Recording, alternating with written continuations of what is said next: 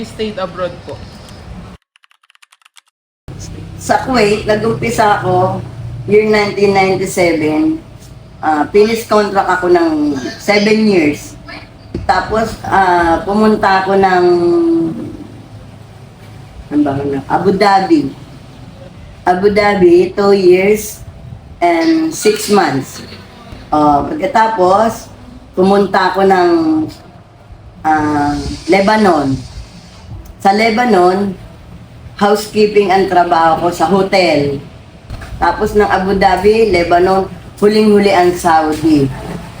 Umuwi ako nitong last 2021, dito na ako. Binalik ko na yung dati kong trabaho, manicure, pedicure. Yan, massage therapy. Bakit po kayo nag-abroad? Siyempre, kaya ako nag-abroad para maging maayos yung buhay namin. Dahil nung araw, talagang napakahirap. Nag-umpisa ako, isa lang akong nagtitinda ng tinapat daing, nagsisigaw sa gitna ng daan. Umuulan, bumabagyo, kaya naisipan kong pumunta ng abroad.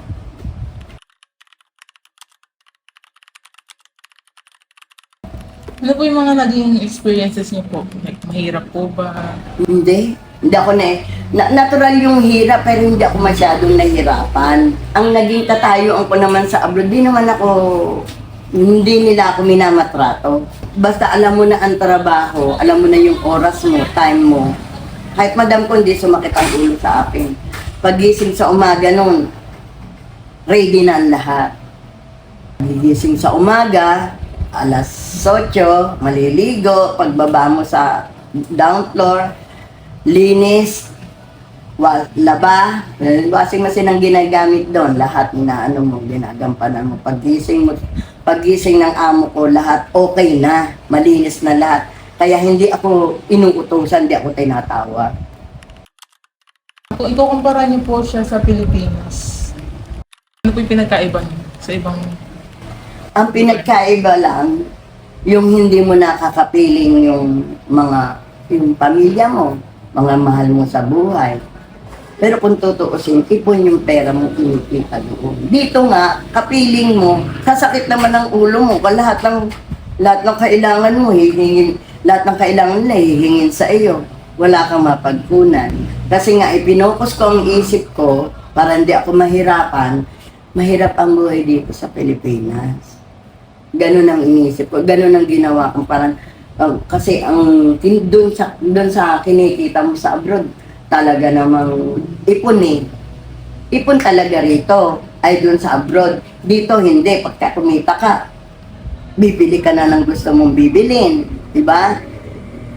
Konting kikita ka dito noon, kumikita ako ng 500, binibili ko na ang bigas, binibili ko na ang asukal, unti-unti lang. Pero doon nabibili mo yung bigla mo pag doon ka kumikita.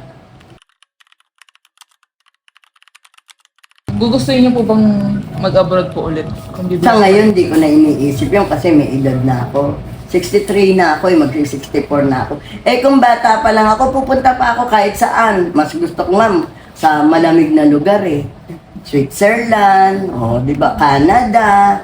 Kung bata ako, talagang papasukin ko pa yun. May edad na ako eh. Di na ako pwede. Pero kung tutusin, kung bibigyan pa ako ng chance at talaga namang maganda yung lalarga pa ako. Kung talagang pagkakataon na kailangan. Bakit hindi? Para linis-linis ka lang. Kung mapupunta ako sa parlor, para ka lang yung magmamanicure ka, magpe-pedicure ka, magmamassage ka. Ako po si Rose, na nakaranas sa abroad ng matagal ng panahon.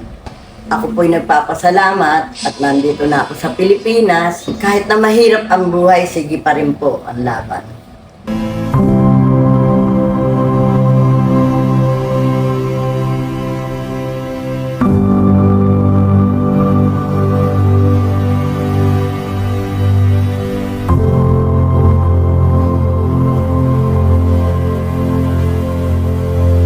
Mashallah, sabi niya gano'n.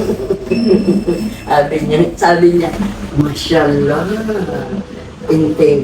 intizena, sabi sa akin. Sabi niya, good daw ako.